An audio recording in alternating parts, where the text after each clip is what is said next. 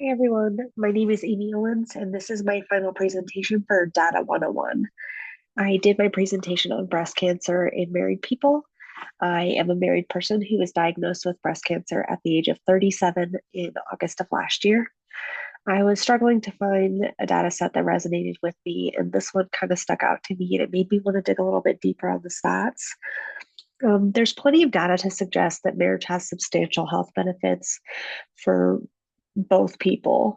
Lower risks of heart attacks, lower risk of depression, longevity, higher ability to recover from a major surgery.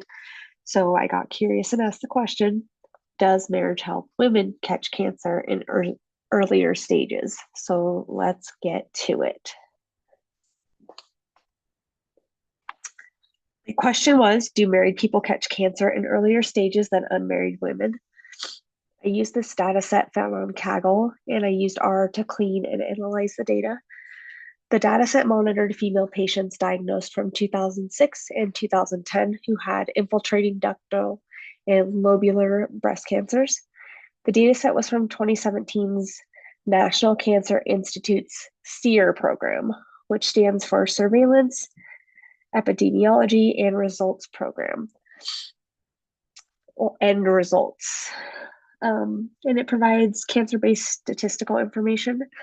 This specific data set had 4,024 patients in it.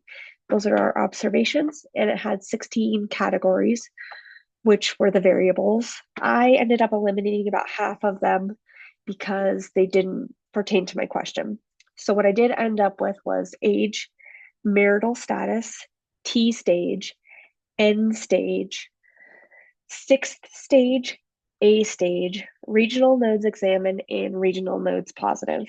This data set does not have any information on early stage patients or stage 4 patients. So let's spill the tea about breast cancer. A little bit of background about breast cancer. Both men and women can get breast cancer. The current stats are about 1 in 8 women and about 2,800 men a year. All cancers are on the rise in young people due to what the doctors say, sedentary lifestyle and diet. So this is my quick soapbox to tell you that if you feel something is wrong, please do not let your doctors dismiss you because you're too young to get cancer. There are two major types of breast cancer, infiltrating or invasive ductal carcinoma. This is where the cancer grows in the lining of the milk ducts. It's the most common form of breast cancer. And lobular carcinoma begins in the milk glands, and that spreads to the breast tissue. There are several different subtypes of breast cancer. There are hormone receptors, estrogen and progesterone, and a protein called HER2 plus, which promotes cell growth. A patient can have any combination of those three receptors or none of them. Some of the combinations are less aggressive than others and can be slowed with hormone blockers or other medications. Others can only be treated with chemotherapy, radiation, and surgery. If diagnosed, they're also going to look to see if someone is a BRCA carrier. BRCA genes indicate that you have an elevated risk for certain types of cancer, and that would be breast cancer, ovarian cancer, cervical cancer, pancreatic, colon, and others. Another thing that they will look at is going to be the lymph nodes in the patient. There's lymph nodes all over our body. The lymphatic system is a primary pathway to carrying cancer cells to other parts of the body where it has the possibility of metastasizing. If metastasis happens, a patient automatically goes to stage 4. Treatment and other options become largely limited, but since we're living in a really great time about medicine and science, it's only getting better. And there's plenty of survivors and thrivers that have stage 4 breast cancer or even had stage 4. About 69% of the participants in the study are married. The patients range from, they range from about 30 years old to 69 years old, with the average age being about 54 years old. You can see that the cancer diagnosis is low in younger ages, but it's not zero, and it increases as we age, as we reach the age of menopause and beyond. And there's many reasons why those numbers increase during and after menopause, but I will not be talking about them in this presentation. So how do they determine the stages of cancer? It's called TNM, and it stands for tumor, node, and metastasis. Staging of cancer is determined by a process called TNM.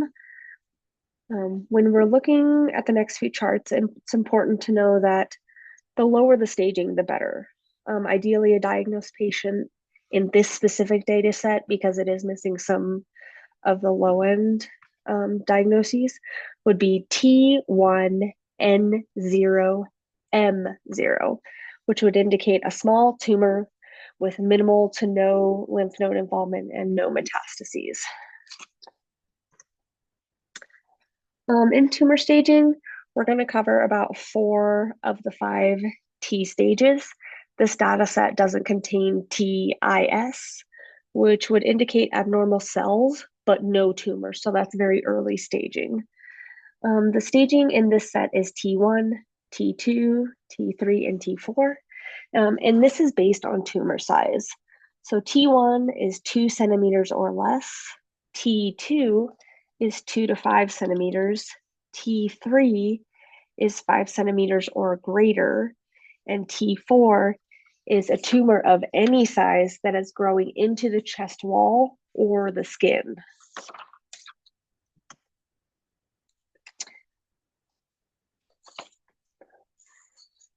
Okay.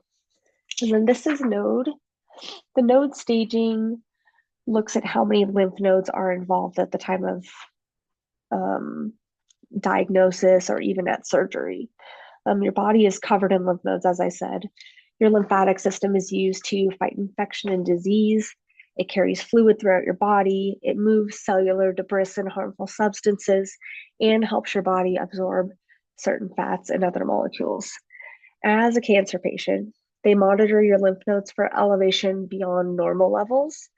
And this might indicate that the cancer is attempting to spread to other parts of your body. When you have surgery as a cancer patient, some lymph nodes are removed to see if the cancer has spread to them.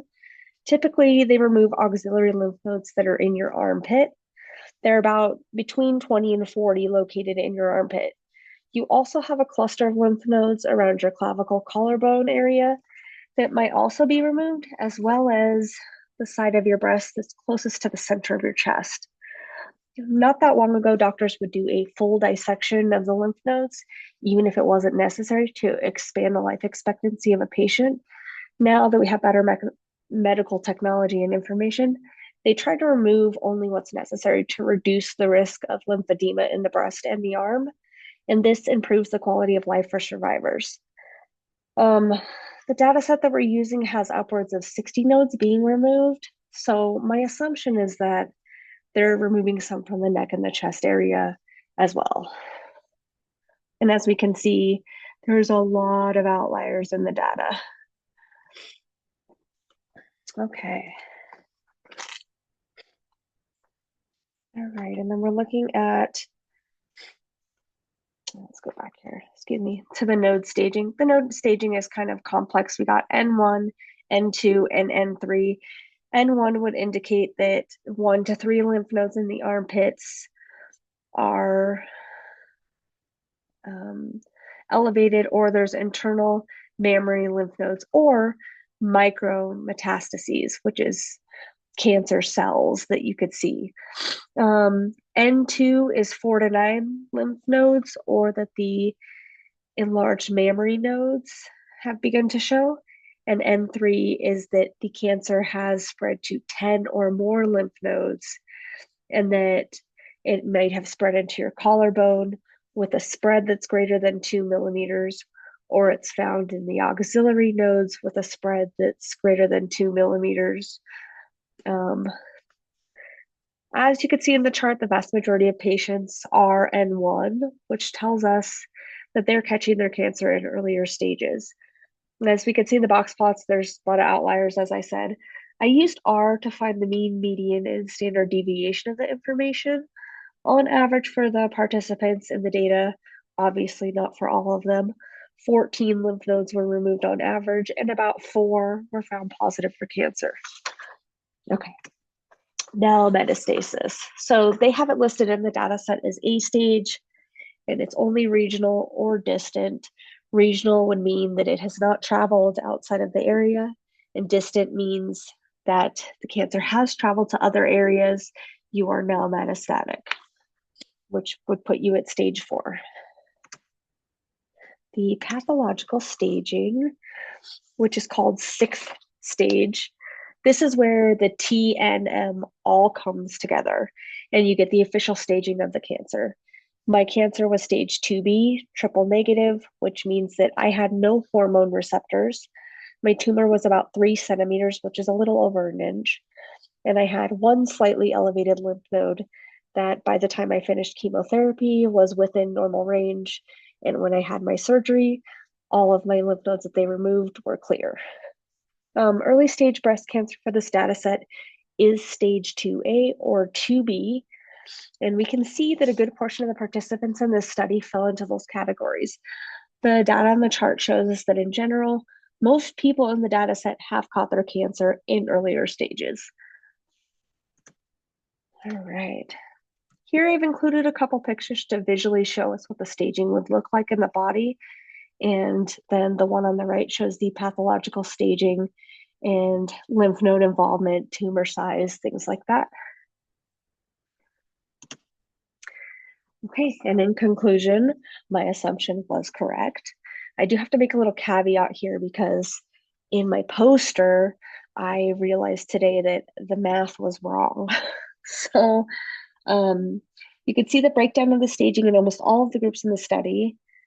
It might just be because the vast majority of the participants were married, but a great portion of people that are married are catching their cancer early. We can see a similar trend in all of the status groups. Married participants make up about 70% of the population in this data set, and they account for 65.7% of the early stage detection for the data set.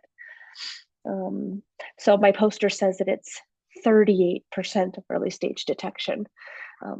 So I don't know what happened there. Below are a couple links to some places where I got information from about the lymph node staging or the TNM staging and how the lymphatic system works and what part it plays in cancer. And I was right. All right, and that is all. Thank you for sticking around for my presentation.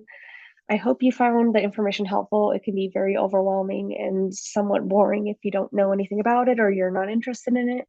But cancer is scary, but if it's caught early, it really makes a world of a difference. So check yourself before you wreck yourself and have a great day.